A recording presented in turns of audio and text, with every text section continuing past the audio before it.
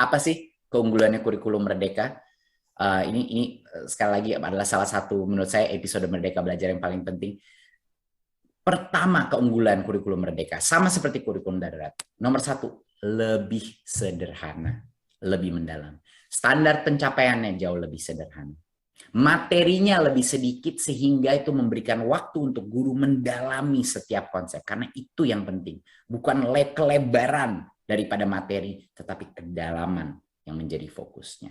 Ya, dan juga dibuat bahasa daripada standar pencapaian pun jauh lebih mudah dimengerti. Kita banyak berdiskusi dengan guru-guru di mana standar pencapaian pun banyak guru tidak mengerti karena terlalu rumit. Berbagai macam standar-standar pencapaian, ada matriks, ada berbagai macam kompetensi yang dengan bahasa yang cukup akademis. Jadi kami merubah ini dengan membawa guru-guru untuk membantu kita mereformulasi apa itu standar-standar pencapaian dalam kurikulum, sehingga sesuatu itu diberikan input dari guru untuk guru. Itu yang penting sebenarnya, karena yang menggunakan ini adalah guru ujung-ujungnya. Ya, jadi sekolah-sekolah tidak perlu terburu-buru dalam menyelesaikan materi, tidak perlu selalu pindah-pindah walaupun anaknya belum mengerti. Jadi lebih menyenangkan, lebih menenangkan juga bagi para murid-murid.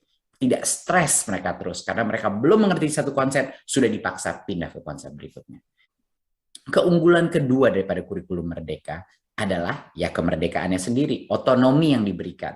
Ya, saya berikan beberapa contoh. Di dalam program SMA sekarang tidak ada lagi program peminatan ya untuk yang memilih kurikulum Merdeka. Ya, tidak ada lagi jurusan ya kejuruan atau peminatan yang dulu namanya. Peserta didik bisa memilih mata pelajaran sesuai minat, bakat, dan aspirasinya. Di 2 tahun terakhir SMA, ini salah satu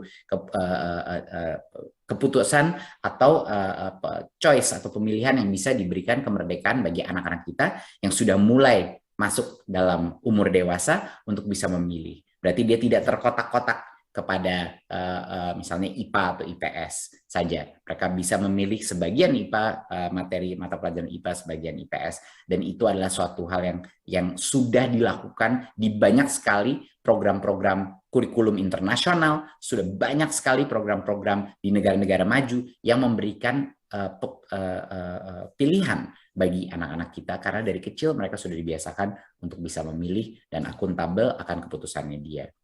Dan guru ini diberikan hak untuk mundur apa maju di dalam kurikulum itu, di dalam suatu fase, sesuai dengan tahap pencapaian dan perkembangan murid-muridnya.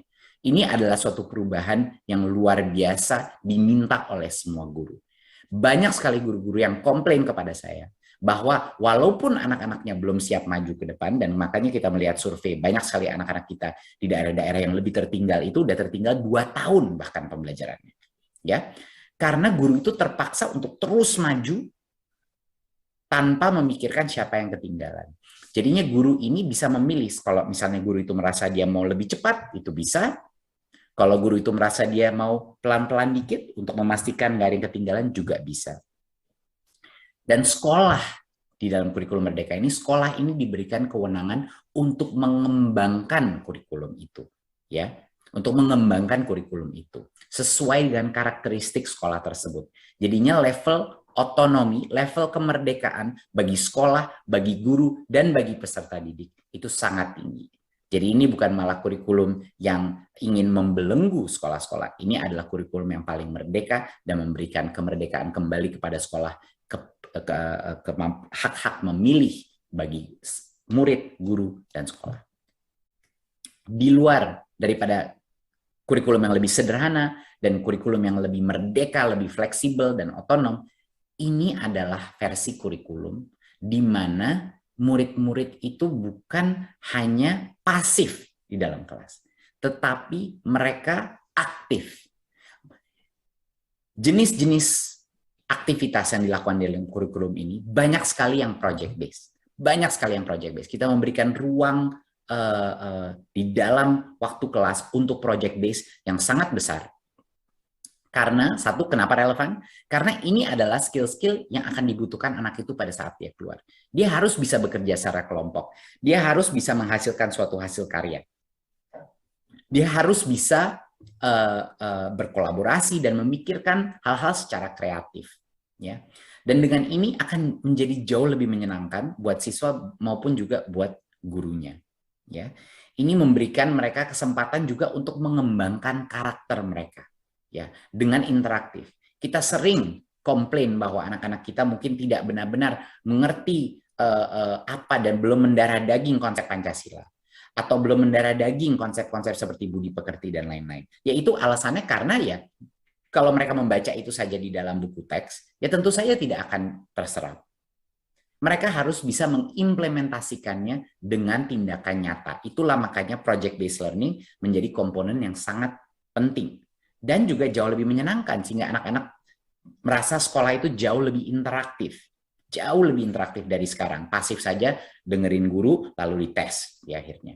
Ya jelas, kalau anak-anak kita tidak mengasosiasikan sekolah dengan sesuatu yang menyenangkan, yang interaktif, di mana mereka merasa mereka itu penting dalam proses pembelajaran itu, di dalam ruang kelas, ya anak itu akan selalu mengasosiasikan sekolah dengan suatu hal yang negatif. Dan dia tidak mungkin akan menjadi pembelajar sepanjang hayat. Jadi ini adalah elemen ketiga yang terpenting untuk bukan hanya pendidikan skill-skill masa depan dia, bekerja di dalam knowledge economy, di mana ada digital revolution dan lain-lain, dia bisa berkolaborasi, kreativitas, dan critical thinking, tetapi juga pendidikan karakter dia. Karena ini disinilah karakter akan dibangun dengan bekerja sama gotong royong dengan teman-temannya, dengan gurunya untuk melakukan proyek-proyek dalam lingkungan, ya, proyek-proyek climate change, proyek-proyek kebinekaan untuk membangun rasa toleransi antara suku, antara agama, proyek-proyek kesehatan untuk mengerti dampak kesehatan pada dirinya, literasi digital, dan lain-lain. Semua proyek-proyek yang penting, yang relevan, dan yang aktif.